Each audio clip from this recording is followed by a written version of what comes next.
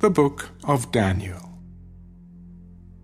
In the 3rd year of the reign of Jehoiakim, king of Judah, Nebuchadnezzar, king of Babylon, came to Jerusalem and besieged it. And the Lord gave Jehoiakim, king of Judah, into his hand, with some of the articles of the house of God, which he carried into the land of Shinar, to the house of his God. And he brought the articles into the treasure house of his God.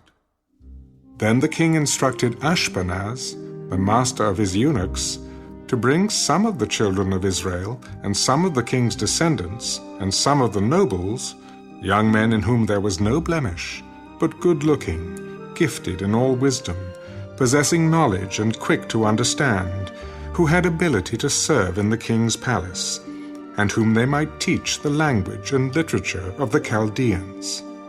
And the king appointed for them a daily provision of the king's delicacies, and of the wine which he drank, and 3 years of training for them, so that at the end of that time they might serve before the king.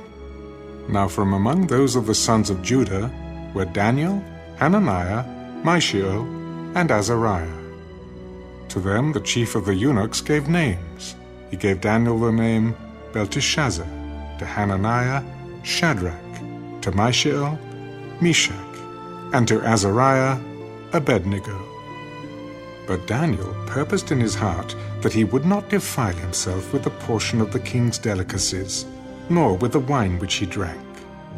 Therefore he requested of the chief of the eunuchs that he might not defile himself. Now God had brought Daniel into the favor and goodwill of the chief of the eunuchs. And the chief of the eunuchs said to Daniel, I fear my lord the king, who has appointed your food and drink. For why should he see your faces looking worse than the young men who are your age? Then you would endanger my head before the king. So Daniel said to the steward whom the chief of the eunuchs had set over Daniel, Hananiah, Mishael, and Azariah, Please test your servants for 10 days, and let them give us vegetables to eat and water to drink. Then let our appearance be examined before you, and the appearance of the young men who eat the portion of the king's delicacies. And as you see fit, so deal with your servants. So he consented with them in this matter, and tested them 10 days. And at the end of 10 days, their features appeared better and fatter in flesh than all the young men who ate the portion of the king's delicacies.